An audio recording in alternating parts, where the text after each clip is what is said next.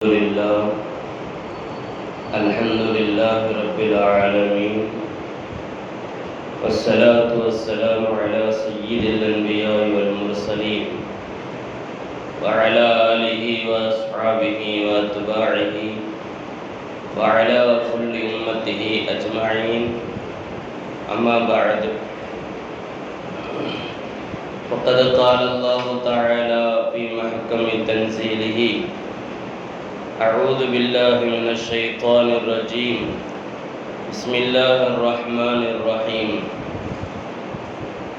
يا أيها الذين آمنوا إن تنصروا الله ينصركم ويثبت أقدامكم صدق الله المولانا العظيم وقال رسول الله صلى الله عليه وسلم أطعموا الجائع وقال أيضا كاد الفقر أن يكون كفرا صدق رسول الله صلى الله عليه وسلم எல்லா புகழும் அல்லாஹு ஜல்ல சுப்ஹானஹு தஆலா ஒருவனுக்கே உரித்தானது.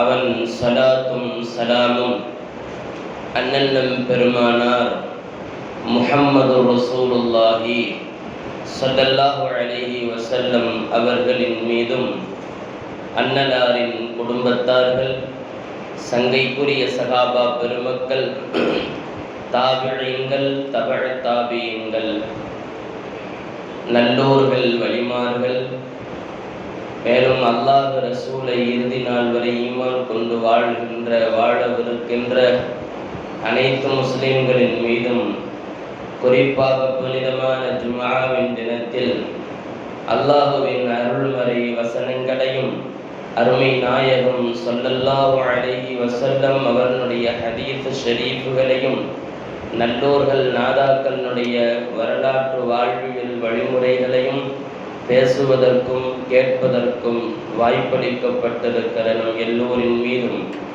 எல்லாம் வல்ல அல்லாஹுவின் வற்றா பேரருள் என்றென்றும் உண்டாவதாக. ஆமீன் என்று துஆ செய்து தொடங்குவோம்.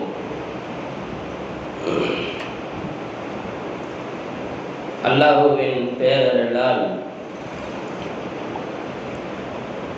வாழ்வதற்கான எல்லா வழிகாட்டல்களையும் திருக்குர்ஆனின் மூலமும் நபிகள் நாயகம் ஸல்லல்லாஹு அலைஹி வஸல்லம் அவர்களின் மூலமும் அல்லாஹ் நமக்கு தேவையான எல்லா வழிகாட்டல்களையும் அழகிய முறையிலே தந்திருக்கிறான். அதன் அடிப்படையில் வாழ்வின் எல்லா கட்டங்களுக்கும் இஸ்லாம் நமக்கு சிறந்த வழிகாட்டலை, முன்மாதிரியை வைத்திருக்கிறது. அல்லாஹ் ஜல்ல சுப்ஹானஹு தஆலா மனிதனை அவன் மேம்பாட்டிற்காக அவனே உழைத்து உண்ண வேண்டும், அவன் பொறுப்பில் இருப்பவர்களுக்கும் அவன் தந்தாக வேண்டும் என்ற இலக்கணத்தை அல்லாஹ் வைத்திருக்கிறான். பொருளாதார ஈட்டல் என்பதும் பொருளாதார இருப்பு என்பதையும் குர்ஆனும் ஹதீஸும் வைத்திருப்பவர்களுக்கும் இல்லாதவர்களுக்கும் வழிகாட்டி கொடுக்கிறது. ஆனால் யாரை உள்ளவர்களாக வைக்க வேண்டும், யாரை இல்லாதவர்களாக ஆக்க வேண்டும் என்பது அல்லாஹுவின் நியதியில் இருக்கிறது.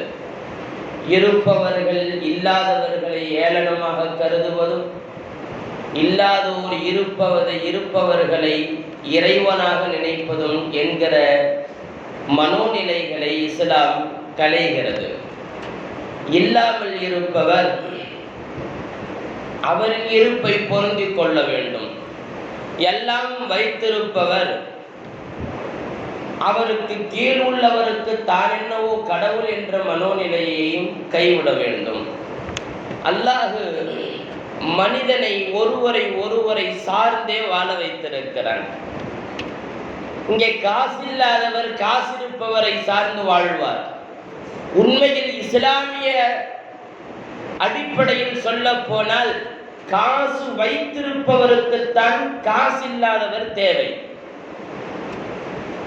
குர்ஆனும் ஹதீஸும் வாரி வணங்குங்கள் என்று சொல்லுகிற அந்த வணக்கத்திற்கு இவர்கள் கொடுப்பதற்கு ஆள் தேவை. எனவே இல்லாதோரை கண்டுபிடித்து கொடுத்தாக வேண்டும். வைத்திருப்பவர்களுக்கு வறுமையில் இருப்பவர்கள் அவர்கள்தான் தேவை. காசு இல்லாதோர் இருப்பவரிடத்தில் தேவையாகிறார் என்ற இலக்கணத்தை மாற்றி அமைத்தது இஸ்லாம். இங்கே காசு வைத்திருப்பவர் இல்லாதவரிடத்தில் தேவையாகிறார். நீங்க வாங்கினா தான் என் பிரச்சனை தீரும். கண்ணியத்திற்குரியவர்களை, திருக்குர்ஆன் தன்னுடைய அல்லாஹ் நமக்கு இந்த தீனில் விதித்திருக்கிற 50 கடமைகளில் மிக முக்கியமாக சொல்லக்கூடிய ஜக்காத். ஜக்காத் இருப்போர் இல்லாதவருக்கு தர வேண்டும். இல்லாதவர் யாரும் வாங்க மறுத்தால் பாதிக்கப்படுபவன் இருப்பவன் தான். ஜக்காத்து வாங்குற ஆளு எனக்கு ஒன்றும் வேணாம் போன்னு சொன்ன யாரையாவது தேடி கண்டுபிடித்து இவன் ஜக்காத்தை கொடுத்தே ஆக வேண்டும் என்கிற இக்கட்டிற்கு ஆளாக்கப்படுதல் என்பதற்கான காரணம் என்ன? ஜக்காத் என்பது பொருளாதார தூய்மை. இது இவனை சாராதது, எடுத்து பிறருக்கு கொடுத்தாக வேண்டும். அப்படி பிறருக்கு தராத ஜக்காத்தின் பணம் சம்பாதிக்கும் ஹலாலான பணத்தில் கலந்திருந்தால் அத்துணையும் அழுக்காக்கிவிடும். எனவே தான் ஜக்காத்தை பொருளாதார தூய்மை என்பதாக இஸ்லாம் சொல்லுகிறது. சம்பாதிக்கிற மற்றதெல்லாம் நல்லா இருக்கணும், பாதுகாப்பாக இருக்கணும், காப்பாற்றப்படணும்னு சொன்னால் சென்று சேருபவர்களுக்கு தேவையானதை இவன் பொருளாதாரத்திலிருந்து கொடுத்தாக வேண்டும். நான் முன்னால் சொல்லி இருக்கக்கூடும், உமர் ரலியல்லாஹு அன்ஹுவின் காலத்தில் ஒரு சஹாபியை இன்னொரு பிரதேசத்திற்கு அனுப்பி கவர்னர் ஆக்கிறார்கள். அவர்கள் போய் மத்திய கவர்மெண்டில் இருந்து ஹஜ்ரத் உமர் ரலியல்லாஹு அன்ஹுவிடத்தில் இருந்து வாங்குகிற ஜக்காத்து பணத்தை விநியோகித்து ஓரளவுக்கு பொருளாதார தட்டுப்பாட்டை, வறுமையை சரி செய்கிறார். முதல் ஆண்டு முழுமையாக ஜக்காத்தை வாங்கி அந்த பிரதேசத்தை வறுமையில் இருந்து ஓரளவுக்கு மீட்டெடுக்க முயற்சிக்கிறார். இரண்டாம் ஆண்டு உமர் ரலியல்லாஹு அன்ஹு ஜக்காத்தின் பொருளை அனுப்புகிற போது பாதியை எடுத்துக்கொண்டு மீதியை திரும்ப அனுப்புகிறார். மூன்றாம் ஆண்டு ஜக்காத்தின் தொகைகளை உமர் ரலியல்லாஹு அனுப்பி வைக்கிற போது முழுவதும் அந்த ஜக்காத்து தொகையை வேண்டாம் என்று அனுப்பி வைக்கிறார். உமர் ரலியல்லாஹு அன்ஹு கோபமுற்று ஜக்காத்தின் தொகையை புறக்கணிக்கிற அளவிற்கு என்ன நடந்தது என்று ஆளுநரை கூப்பிட்டு விசாரிக்கிற போது வருகிற தகவல் என்ன தெரியுமா? முதலாம் ஆண்டில் ஓரளவுக்கு சரி செய்யப்பட்ட வறுமை மூன்றாம் ஆண்டில் முழுவதுமாக ஒழிக்கப்பட்டிருக்கிறது. 3 ஆண்டுகளில் இப்போது இந்த நகரங்களில் ஜக்காத்து வாங்க தகுதி உள்ளவர்கள் யாரும் இல்லை. வேண்டுமானால் ஜக்காத்து கொடுக்க இங்கே ஆள் இருக்கிறது. நாங்கள் இங்கிருந்து இன்னும் பிறருக்கு ஜக்காத்தை வழங்குகிற நிலைக்கு வந்துவிட்டோம் என்று சொல்லுகிறார்கள். இஸ்லாமிய ஜக்காத்து முன்னெடுப்பு என்பது ஆக அற்புதமான ஒரு வறுமை ஒழிப்பு திட்டம். கண்ணியத்திற்குரியவர்களே, வறுமை மிக மோசமான ஒரு சூழல் சமுதாயத்திற்கு. ஒரு சமூகம் ஆக வறுமையில் வாடுகிறது என்றால் அதை கண்காணிக்க வேண்டிய பொறுப்பு என்று சமூகத்தில் பிறருக்கு உண்டு. நபிகள் நாயகம் ஸல்லல்லாஹு அலைஹி வஸல்லம் சொல்வார்கள் அல்லவா, அண்டை வீட்டார் பசித்திருக்க வயிறு முழுக்க உண்ணுகிற உங்கள் உணவு சரியானதல்ல, அவர் நம்மை சார்ந்தவர் அல்ல என்று சொல்லுவார்கள் பெருமான் ஸல்லல்லாஹு அலைஹி வஸல்லம்.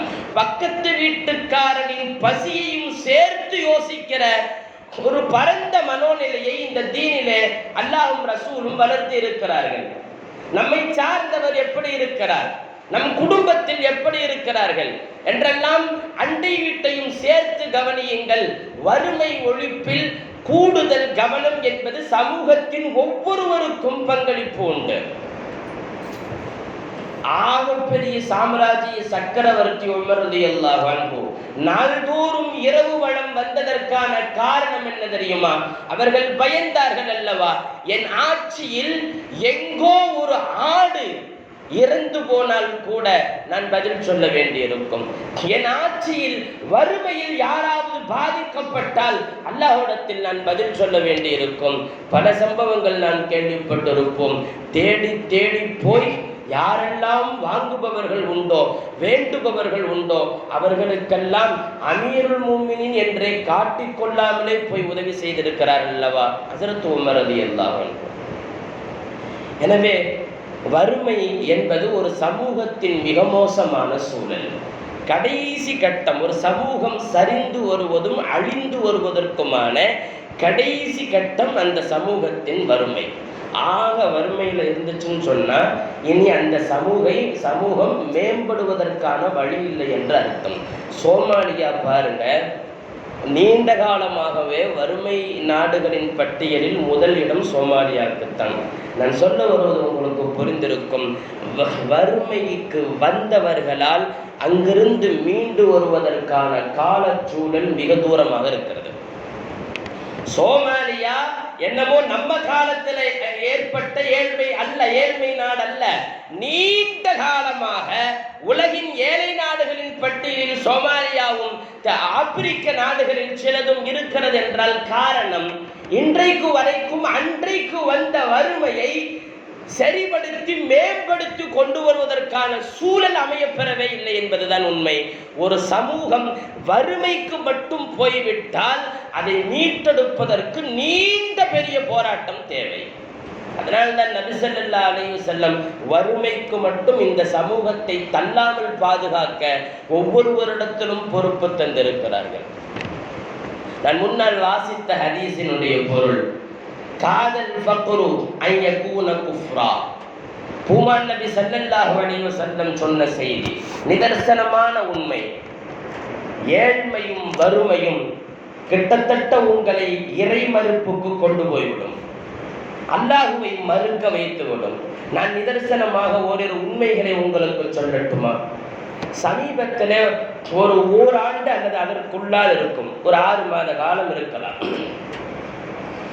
நமக்கு அண்டை நகரமான கோபியில ஒரு சம்பவம்.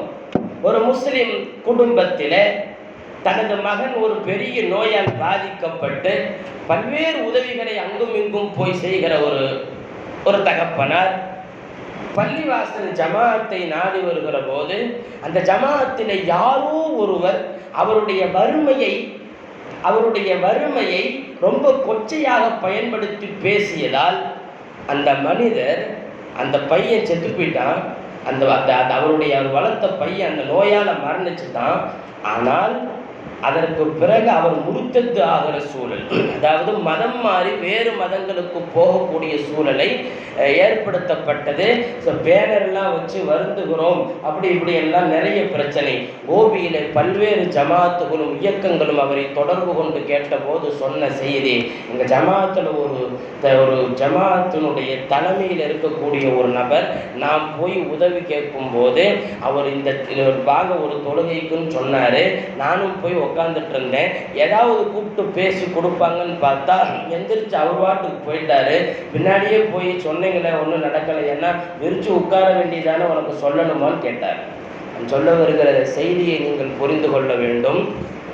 ஏதோ நிலைமை, யாருமே உலகத்தில் அல்லாஹ் தஆலா தன்னிறைவு பெற்றவர்களாகவே வைத்திருக்காங்க. குறிப்பாக ஆண்கள் இன்னொரு ஆண்கிட்டையோ வேற யார்கிட்டையோ சீக்கிரம் தேவையாயிட மாட்டாங்க.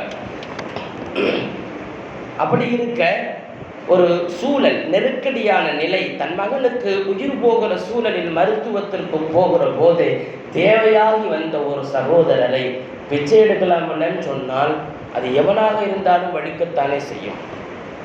அதனால அவர் வேறு சில இயக்கங்களுக்கும் மதங்களுக்கும் போய்விட்டார். போகக்கூடியான சூழல். நான் தெளிவாக சொல்லுவதை பொதுமேடை என்பதால் கொஞ்சம் சூசகமாகவே உங்களுக்கு சொல்லுகிறேன்.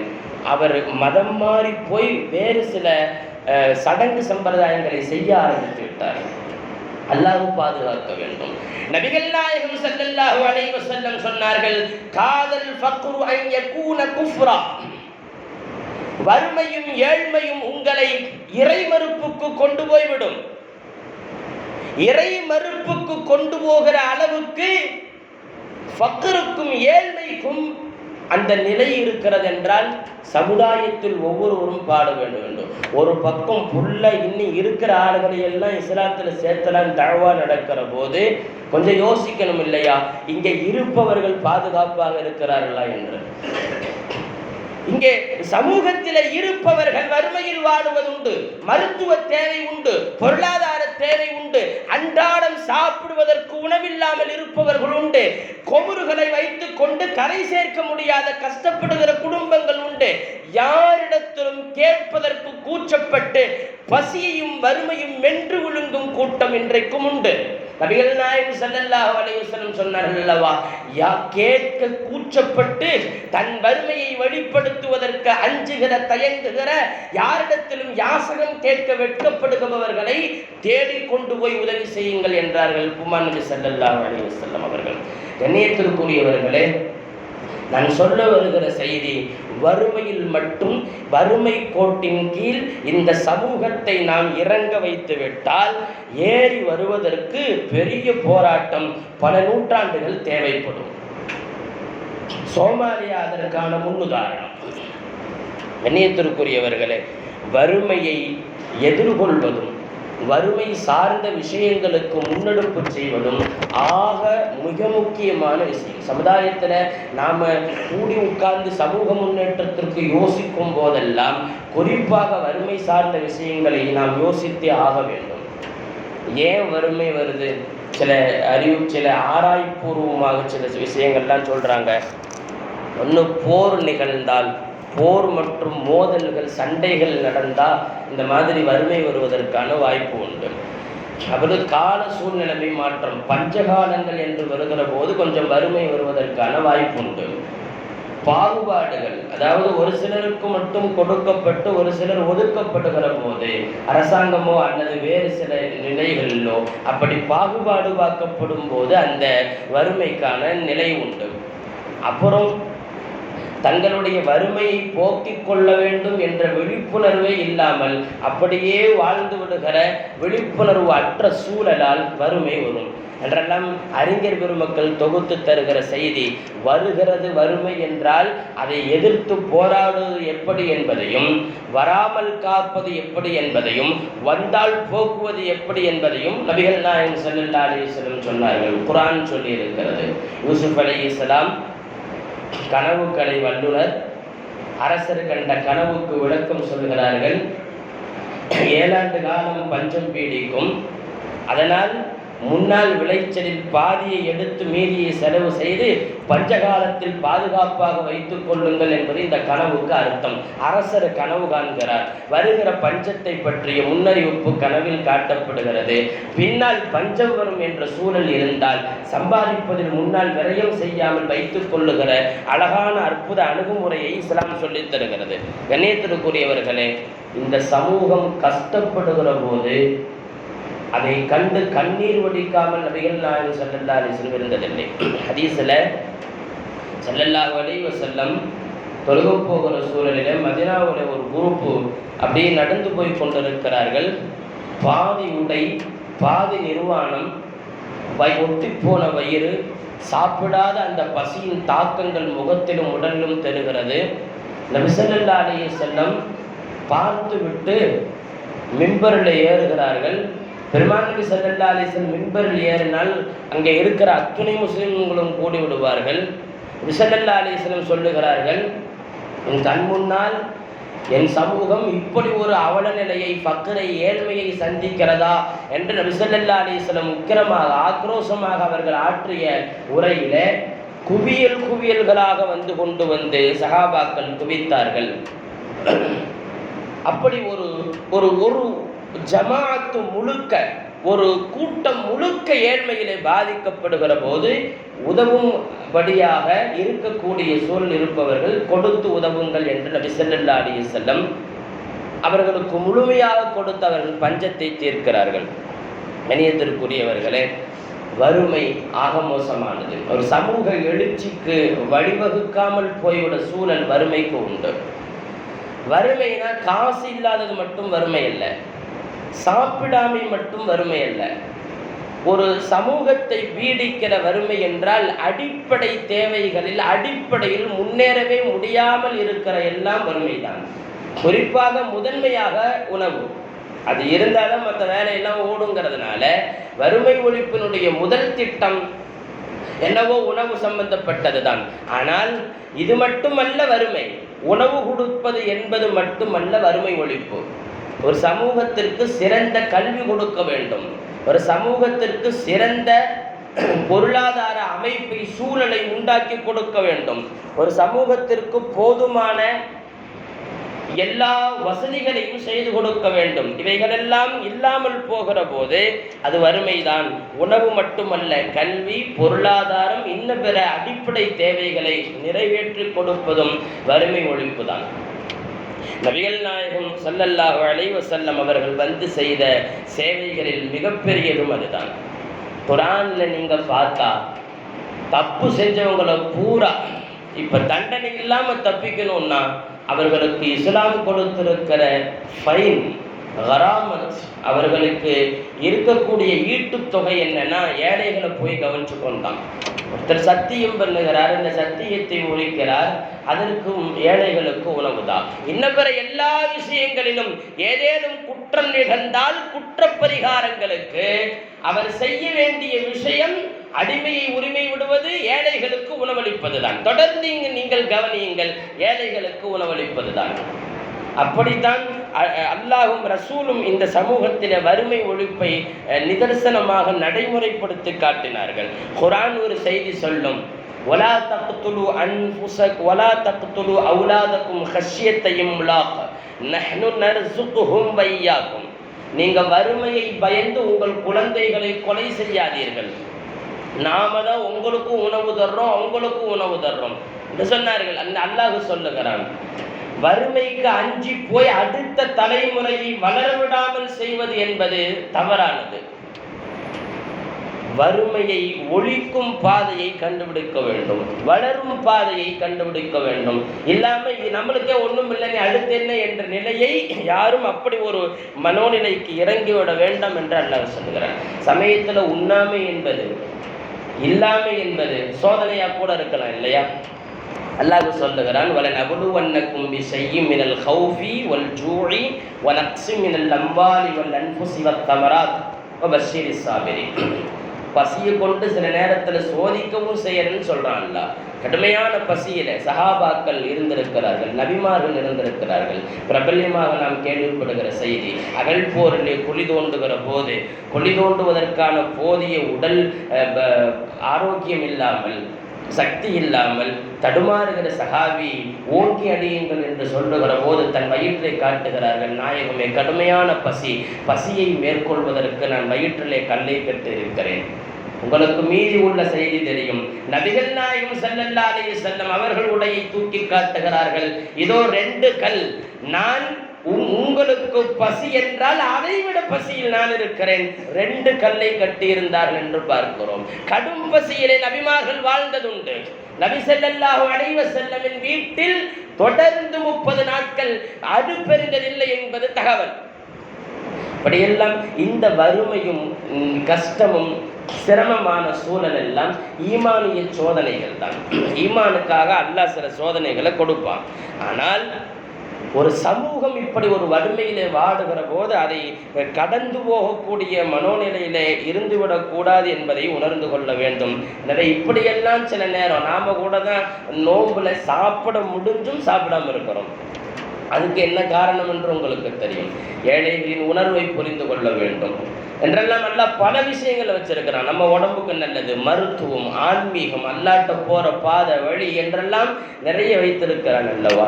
கண்ணியத்திற்குரியவர்களே, வறுமை இருக்கத்தான் செய்யும். அதை ஒழிப்பதற்கான வழியை அவ்வப்போது சமூகத்தினுடைய உயர்ந்த நிலையில் இருப்பவர்கள் எடுத்துக்கொண்டே இருக்க வேண்டும் என்பதை நாம் உணர்ந்து கொள்ள வேண்டும். நான் முன்னால் ஒரு செய்தியை குறிப்பிட்டேன். இந்த வறுமையில தேவையாகி வருபவர்களை அணுகுகிற சூழல் ரொம்ப முக்கியம். நாம நபி ஸல்லல்லாஹு அலைஹி வஸல்லம் சொன்ன செய்தி, காதல் ஃபக்ர் அன் யகூன குஃப்ரா, ஏழ்மை உங்களை இறை நிராகரிப்புக்கு கொண்டு போய்விடும். ஒருவருடைய ஏழ்மையை, ஒருவருடைய வறுமையை புரிஞ்சிக்காம அவங்களை சிரமப்படுத்தும் போது, அவமானப்படுத்தும் போது அவர் வேற மாதிரி ரூட்டுக்கு போயிடுவார். கணேத்திற்குரியவர்களே, பட்ட வருத்தமாக வெளிச்சமாக ஒரு செய்தி சொல்கிறேன். இன்றைக்கு அல்ஹம்துலில்லாஹ், அல்லாஹ்வின் பேரருளால் சில இயக்கங்களும் சில அமைப்புகளும் சில பள்ளிவாசல்களும் பைத்துல் மால் என்று முன்னெடுத்து வட்டியில்லா கடன் கொடுத்து, கொடுக்கிற நகைக்கு பகரமாக காசு கொடுத்து அவர்களுக்கு வறுமையை தீர்க்கிறார்கள் என்பது சந்தோஷமான செய்தி. அல்ஹம்துலில்லாஹ், வரவேற்கத்தக்க செய்தி. மஹல்லா தோறும் இந்த திட்டம் நடைமுறைப்படுத்தப்படுவதற்காக ஆயத்தப்படுத்தப்பட வேண்டும். ஆனால் ஒரு சங்கடமான ஒரு செய்தியையும் நான் ஜும்மாவின் வழியே பதிவு செய்கிறேன். அப்படி போய் நிற்கிற ஏழைகளை அங்க கணக்கு எழுதுற உட்கார்ந்துருக்கக்கூடிய சில பேர் ரொம்பவும் இந்த ஏழ்மையை கொச்சைப்படுத்துவதுண்டு. 7 தடவை நடக்க விடுறது, போயிட்டு வா அப்புறம் பார்க்கலாங்கிறது, அப்புறமா வந்திருக்கவங்களுடைய ஏழ்மையை கொச்சைப்படுத்தி பேசுவதுண்டு. வாங்க நான் சீக்கிரம் கொடுக்க மாட்டேயா என்பது, அதிகார தோரணையில் பேசுவது, அவமானப்படுத்துவது. நீங்க உண்மையை சொல்லுங்க, ஒரு நார்மல் முஸ்லிமுக்கு என்ன தோணும்? உங்ககிட்ட உட்கார்றதுக்கு நான் வட்டி கிடைக்க போயிடலாமே. வட்டியை தீர்ப்பதற்கு வழி சொல்லுங்கள் என்றால் நீங்க வட்டிக்கு போ என்பதற்கு வழி உருவாக்குகிற என்னது? இன்னொன்னு சொல்லட்டுமா? உட்கார்ந்துருக்க ஆளுக்கு பேரு ஜக்காத்து வாங்குறவன் தான். அங்கே உட்கார்ந்து அங்கே அலக்கலாய்க்கு விடுகிறார்கள் அல்லவா? இஸ்லாம் ஜக்காத்து 8 பேரும் வாங்கலான்னு சொன்னது, வசூல் பண்றவனும் வாங்கலாங்குது. நீங்க எவ்வளவு பெரிய கோடீஸ்வரனா இருந்தாலும் சரி, ஜக்காத்து வாங்க தகுதிங்கிறது. அல்லாஹ் ரசூலும் சும்மாவா ஏற்றினார்கள் சட்டத்தை? இந்த மனோநிலையெல்லாம் வந்துடக்கூடாது. ஜக்காத்து வசூல் பண்ணுபவர்கள் முஸ்லிம்களின் பொருளாதார விஷயங்களில் ஈடுபட்டிருப்பவர்கள்லாம் பெரிய பணக்கார செல்வந்த ஆட்கள் எல்லாம் இல்லை. ஜக்காத்து கொடுக்குற 8 பேர்த்துல உனக்கும் தகுதி இருக்கு என்று சொல்லுகிறது இஸ்லாம். விருப்பப்பட்ட எங்கள் ஜக்காத்தை உங்கள்கிட்ட கொண்டு வந்து கொடுத்துட்டு போகலாம். சொல்ல வருகிற செய்தி, வறுமை ஒழிப்புக்கு முன்னெடுக்கிற போது இந்த மாதிரியான சூழல்கள் அமைஞ்சிடக்கூடாது. நாம வட்டிக்கு போகாமல் சமூகத்தை காக்கலாம் என்று வருகிற போது இங்கே உட்கார்ந்து கொண்ட அதற்கும் அதிகாரமும் செய்கிற போது ஒரு முஸ்லிமின் மனோநிலை இப்படி திரும்புவதற்கு காரணமாகிறார் அல்லவா? பொறுப்பானவர்களும் சகிப்புத்தன்மை உள்ளவர்களும் இஸ்லாத்திற்காக செய்பவர்களும் அல்லாஹ்வுக்காக செய்பவர்களும் அப்படித்தானே அந்த சூழலை கையாள வேண்டும். எனவே வறுமை ஒழிப்பு என்று நாம் சமூகத்தில் முன்னெடுக்கிறோம். அல்ஹம்துலில்லாஹ், வேர்ல்டு லெவல்ல இன்னைக்கு ஏழைகளை கருத்தில் கொள்வதும் களமிறங்கி வேலை செய்பவர்களும் என்று பார்த்தால் வேர்ல்டு லெவல்ல முஸ்லிம்கள் தான் ஃபர்ஸ்ட். அல்ஹம்துலில்லாஹ், இந்த பெயர் இருக்கிற போதே இன்னொரு முஸ்லிமின் உணர்வுகளை கவனித்துக் கொண்டே அதை செயலாற்ற வேண்டும் என்பது உண்மை. நான் எதனால இந்த விஷயத்தை அழுத்தமாக இந்த ஜும்மாவிலை பதிவு செய்கிறேன் என்றால், குஃப்ரு உங்களை, ஃபக்ரு உங்களை, ஏழ்மை உங்களை குஃப்ருக்கு கொண்டு போகும். நம்ம பிரச்சனை என்னன்னா, இங்க ஏழ்மையை ஒழிப்பதை விட குஃப்ரை ஒழிக்கும். ஏன்னா சில பேர் ஏழ்மையை பொறுத்துக்கிறாங்க. அவங்களுக்கு வர்றதை கொண்டு அல்ஹம்துலில்லாஹ்னு செலவு நீங்க போய் கொடுத்தாலுமே வாங்கறதுக்கு கூச்சப்பட்டு வேணாம், வர்றது அல்ஹம்துலில்லாஹ்னு சொல்ற ஆளுகள் இருக்கிறது. இங்க எல்லோருமே ஏழ்மைக்கு கையேந்துபவர்கள் அல்ல, இருப்பதை கொண்டு அல்ஹம்துலில்லாஹ் என்று வாழ்பவர்கள் உண்டு. இப்போது நாம் ஏழ்மையை கருத்தில் கொள்வதோடு சேர்த்து குறிப்பாக அந்த ஏழ்மை குஃப்ருக்கு கூட்டு போயிடக்கூடாது. யாராவது ரொம்ப கஷ்டப்பட்டு முஸ்லிம் சமூகம் எனக்கு உதவவே இல்லை என்று சொல்லி ஒரு நிராசையோடு வேறு இடத்துக்கு அந்த மாதிரி குஃப்ருக்கு போய்விடக்கூடாது. ஒன்று. ரெண்டாவது, உதவுகிறோம் பேர்வழி என்ற பேரிலே போய் அவர்களுக்கு மன உளைச்சலை தந்தும் அந்த பக்கர், அந்த ஏழ்மை, அவங்களை படுத்தின அவமானம் இப்படி கொண்டு போயிடக்கூடாது. கண்ணியத்திற்குரியவர்களே, தா காசிம் என்று ஒரு பெரிய தமிழ் புலவர் முன்னால் இருந்தார். அவர் அழகாக ஒரு செய்தி சொல்லுவார். தற்கொலை மட்டும் ஹராமாக்கப்படவில்லை என்றால் இன்றைக்கு கிணறுகள் எல்லாம் ஏழை குமர்களால் தூர்ந்து போயிருக்கும் என்று சொல்லிடுவார். அதாவது இஸ்லாத்துல தற்கொலை மட்டும் ஹலாலாக்கப்பட்டிருந்துச்சா, ஏழை குமர்கள் எல்லாம் எனக்கு கல்யாணம் பண்ணி வைக்கிற கஷ்டத்துல பெற்றோர்களை பார்க்க முடியலன்னு போய் எல்லாரும் கிணத்தை நிறைச்சிருப்பாங்க என்று சொல்லப்படுகிறது. சொல்றார் அந்த கவிஞர். அதனால் குஃபுருக்கு போகிற சூழலையும் நாம் கவனமாக கையாள வேண்டிய பொறுப்பு ஒவ்வொருத்தருக்கும் உண்டு. சமூகத்தில் பெரிய ஆட்கள் சமூகத்தை கவனிக்கட்டும், நாம் நம்ம அண்டை வீட்டை கவனிக்க வேண்டும் என்றும் குர்ஆன் ஹதீஸும் சொல்லுகிறது.